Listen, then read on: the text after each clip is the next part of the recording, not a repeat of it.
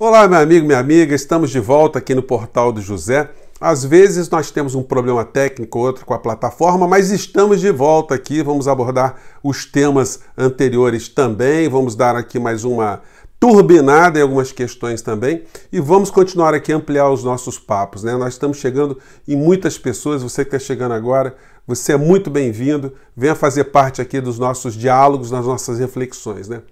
No programa anterior, a gente abordou a promiscuidade que existe entre algumas religiões, algumas igrejas e o poder político.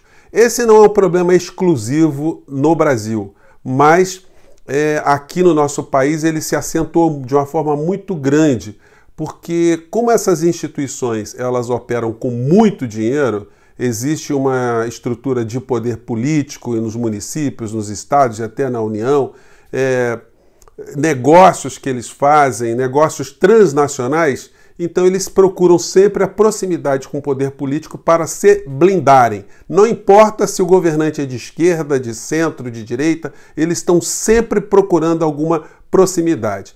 E no governo fraco, moribundo, nauseabundo de Bolsonaro, aí é que eles vão colar mesmo para ajudar aqui a blindagem com relação a algumas investigações e algumas questões que são feitas, alguns questionamentos, melhor dizendo, que são feitos em relação a essas estruturas, não sejam colocadas no foco dos problemas brasileiros. Até porque nós estamos com muitos problemas, então quanto mais eles dão apoio a alguém que já está nauseabundo, está moribundo, mais eles conseguem uma contrapartida. É assim que tem funcionado.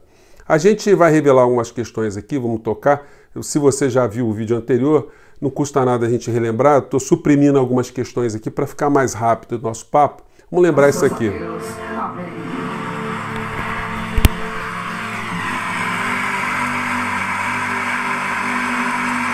Vai arrebentar. Vai arrebentar. Pode ter certeza. Deus é contigo. E digo mais. O povo todo, este povo que nos vê, nos assiste, em casa, onde quer que esteja, é testemunha dessa consagração. E é testemunha de um antes e um depois a partir de agora. Bom, vamos mexer com algumas questões aqui. Bom, primeiro o antes e o depois. Isso aqui tem mais ou menos um ano. O depois, então, é agora, o momento que a gente está. Nós estamos no Brasil com quase 53 mil pessoas mortas por conta da Covid. O Bispo Macedo falou que o Bolsonaro ia arrebentar e de fato está arrebentando. Nessa imagem que vocês viram aqui do templo, o Templo de Salomão ele foi construído aí pela igreja para receber até 10 mil pessoas ali ao mesmo tempo. Então vocês imaginam que aquele pessoal que nós vimos agora mesmo, você multiplica por 5 vezes e meia mais ou menos e serão as pessoas mortas pela Covid. Eu quero saber onde é que está o Bispo Macedo agora para prestar contas dessa conexão dele que ele atribui, né, que se auto-atribui, e mostrar o que explica esse tanto de mortes aqui no Brasil. Quando essa unção foi feita, essa unção sagrada, não tínhamos uma única pessoa morta ainda no Brasil por conta da Covid, né? Então, com esse tipo de gente, nós não precisamos nem de praga de gafanhoto que já está vindo para cá, né? Nós já temos as pragas todas reunidas aqui no nosso país, dilapidando, comendo a lavoura toda do povo brasileiro.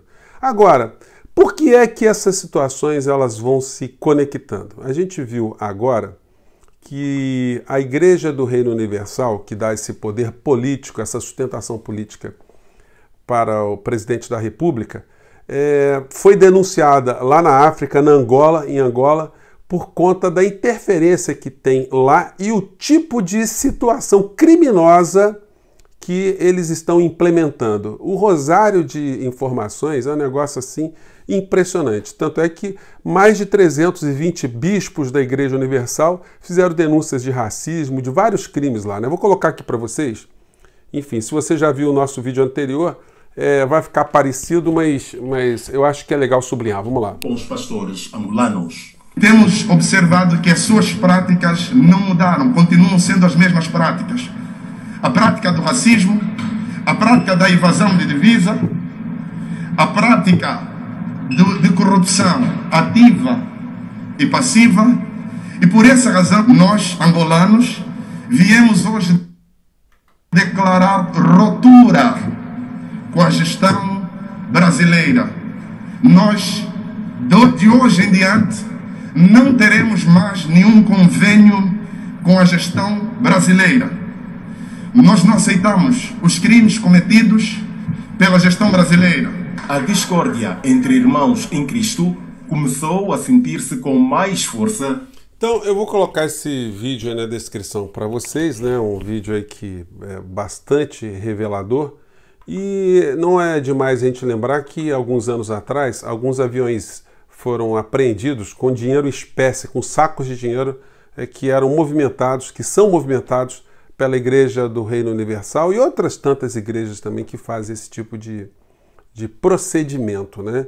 Então, como tem muitas situações que agora a gente está vendo que não se atém apenas ao território brasileiro, a gente tem evasão de divisas, possivelmente lavagem de dinheiro, corrupção ativa e passiva, como os pastores angolanos estão dizendo. Ou será que todos eles são mentirosos, né?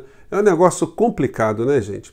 Mas, se não houver uma investigação, nós jamais saberemos que tipo de situação acontece nesse meio ambiente, vamos dizer assim. Agora, se o poder político, que é responsável por implementar algumas investigações, está próximo dos criminosos ou dos supostos criminosos, dificilmente a gente tem uma lupa em cima dessa gente. Eles sempre se protegem, eles sempre se escudam atrás da liberdade religiosa garantida pela Constituição Federal.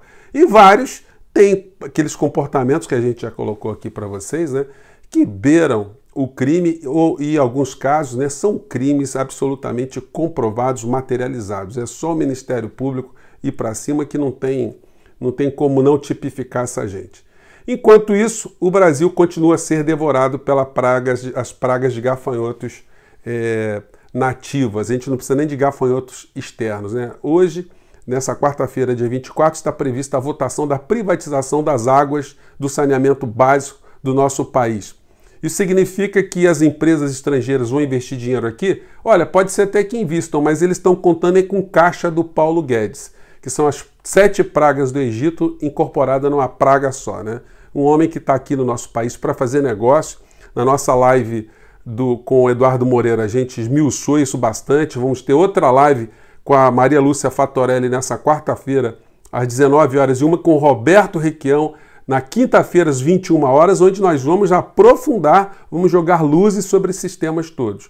Mas fato é que enquanto a gente está preocupado com o desastre da pandemia, com o desastre das mortes acontecendo aqui no Brasil, nós estamos tendo do outro lado um grupo que não para 24 horas por dia de fazer todo tipo de ato para fazer negócios. É como se eles percebessem que Bolsonaro tem um governo que já está morto e quanto mais rápido eles puderem fazer algo para transferir riquezas nacionais, recursos públicos para setores privados, eles vão fazer isso com a maior largueza, com a maior velocidade. Isso pode explicar, inclusive, por que Rodrigo Maia não pauta urgentemente os diversos pedidos de impeachment que tem contra Bolsonaro. Bolsonaro está quase como um zumbi. Ele é um morto que está trafegando dentro das esferas de poder. O mundo inteiro sabe que ele já está degradado, que ele não tem perspectiva nenhuma. As pessoas que estavam próximas dele já saíram também. E hoje ele concentra como base de seu apoio apenas as pessoas que têm algum tipo de retorno financeiro, esses grupos religiosos, que na verdade são partidos políticos travestidos de igreja, que ainda dão sustentação ao governo, e a forma ainda um tanto ou quanto generosa que os meios de comunicação estão tratando a responsabilidade de Bolsonaro com relação à pandemia, que era para ele ser responsabilizado de uma maneira muito contundente. Isso não é. Só para a gente ter uma noção do número, né? 53 mil pessoas mortas no Brasil equivale a 53 vezes mais os mortos que a Argentina, que está aqui do lado, estão tendo, né? Sendo que o Brasil tem uma população 4,5 vezes maior. Então a desproporção do desastre aqui no Brasil é muito grande. Então esse pessoal vai fazendo negócio e eles vão tocando a vida. Vamos lembrar aqui também que no meio desse pantanal, desse lodaçal, vai ter uma questão aqui que isso vai dar muito o que falar. Não se assustem se o Von Traub for deportado para o Brasil, porque o Tribunal de Contas da União, as instituições estão verificando que foi feito uma tramóia, foi feita uma simulação, foi feito um pano, um biombo para esconder a fuga de um ministro de Estado. Gente, isso é o fim do mundo. Um ministro da Educação brasileira fugindo da justiça.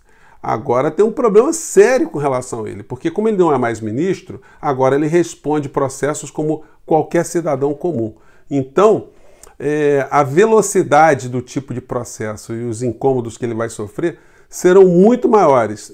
E mais uma situação que coloca Bolsonaro em mais um crime para ele ser responsabilizado um tanto lá na frente. É bom lembrar sempre que Paulo Guedes está por trás dessa indicação de Von Traub para o Banco Mundial. Até porque Bolsonaro não tem menor articulação, não é coisa do Ernesto Araújo, que esse pessoal todo odeia essas instituições multilaterais. É uma contradição, uma imoralidade, uma falta de ética e de caráter de Von Traub e prestar serviços nessa instituição. Lembrando que o Banco Mundial tem investimentos em educação em vários países, em desenvolvimento no mundo inteiro. Quero saber o que Von Traub, o homem que é contra essas instituições multilaterais, o que ele poderá fazer diante dessa ótica de investimento do Banco Mundial em educação de países em desenvolvimento. Mas talvez a gente não perceba isso porque talvez ele seja preso antes. E os deputados, o Tribunal de Contas da União, as instituições que estão preocupadas com Von Traub perguntando umas às outras, eu entendo que elas estão perguntando para a pessoa errada. Eles tinham que mandar ofícios, fazer questionamentos para o embaixador norte-americano no Brasil, explicar para ele o que se deu e perguntar para o embaixador norte-americano o que as autoridades norte-americanas acham de um ministro da Educação que arruma uma fraude jurídica, uma fraude administrativa para entrar nos Estados Unidos, violando as regras do governo norte-americano em relação a pessoas do Brasil que quisessem entrar nesse território. Então, o foco está errado. Consultem o embaixador, cobrem do embaixador norte-americano as respostas para esse enigma que a gente vai ter já o Von Traub de volta e possivelmente vai parar na carceragem. Gente, tem outros temas aqui, eu apenas dei aqui um reforço nas questões anteriores, espero que vocês tenham curtido o papo agora e ajude a gente a compartilhar o nosso vídeo e cada vez mais trazerem pessoas para compartilhar os nossos conteúdos, se inscrever aqui no Portal do José. Um grande abraço, aguardo vocês nas nossas próximas lives. Tchau, gente!